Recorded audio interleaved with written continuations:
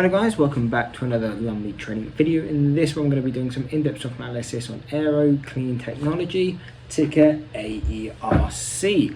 Now to get straight into it, you can see that it's gapped up over 140% as we're recording this video, and at its peak I think it was up around 200 or so percent. We can see though in the last 15 or so minutes it is starting now to pull back a bit, but either way we'll go and give you the levels that we'd be looking at more on a longer term basis using the 4 hour and the daily to find solid resistance levels going into the future. So to zoom in, obviously we can see before it was hovering more around like the $2 to $3 range, and obviously we have now spiked to this $12 area. Now the only thing this to be kind of careful of when trading this one compared to most of these penny stock gappers is that this has actual news. When we're looking at it, we can see that it's FDA granted clearance for its technology, so there's actually a reason for this stock to be gapping. It's not in anticipation or anything like that, it has actually been cleared. So if you're someone who's looking to get more short bias on this, just take that into account. But either way, we'll now go down and plot our levels. We can see our first resistance being around 1040 and 1050, both of those levels being the first deviations on the 4 hour and the daily. And we can see if we check this intraday, we can kind of see it did break out, and that's usually where you see the breakout. It was quite steady going until we came into this level, and it's quite a strong spurt up. That's how you tend to see with these standard deviations. If it breaks through, it will break through strong, otherwise you will tend to get a pullback.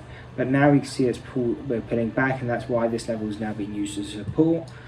So really, if we can hold this level, then we'd be looking to that next deviation level. Otherwise, if this level can't hold, then we would just be expecting it to fall, probably to VWAP, and then kind of to fill the gap of yesterday, which would be around 484. But anyway, if this stock then continues to rise, and that's going to be the main thing we're looking at around $24.50 and $24, they're going to be those key levels we're looking up to the upside, because that's the second deviation on the 4 hour and the daily. And again, if you were looking to get short, these are probably the levels we'd start looking to do it, because this is when the stock becomes a bit oversold.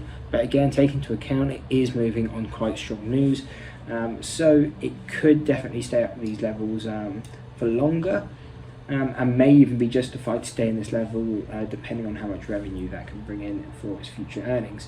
Anyway, if prices do continue up, then our next level is going to be at $38 and $39, near enough dead on. And then if an extreme, if it does carry on, then we got $53 and $52 or $51.50.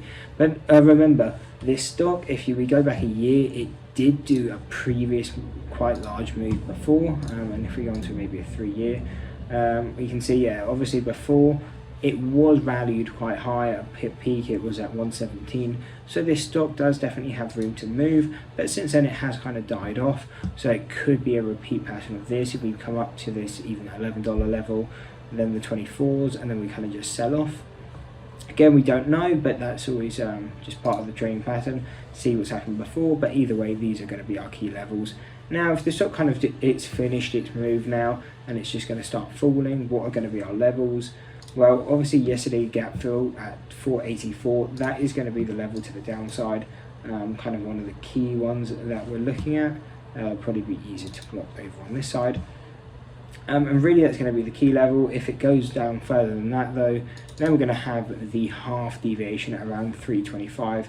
But again, half deviations we don't tend to trade off too much because they're not as strong as whole deviations, so they can be more just used as, if you're already short in the stock, areas you probably want to be locking in some profits. But overall we probably would be touching the stock if it's down at that lower deviation, and really we don't have any targets lower down than that, because the statistical mean is a negative number, and obviously we can't trade into a negative number. So then really below that it would just be an all-time low of 176 it would be keeping an eye on. But either way, I don't imagine it will fall down to that far or that low anytime soon. So really key levels, if we can't hold this 1040, 1050 area, then we would expect to push down to kind of that 485. If we can hold this level, it may not happen today, but we could be seeing tomorrow. If the momentum continues, we'd be looking more towards that $23, $24 level. Anyway, I hope you enjoyed the breakdown on AERC. If you did, don't forget to drop a like and subscribe. Hope to see you in the next one, and that's it. Peace. And maybe I'm crazy.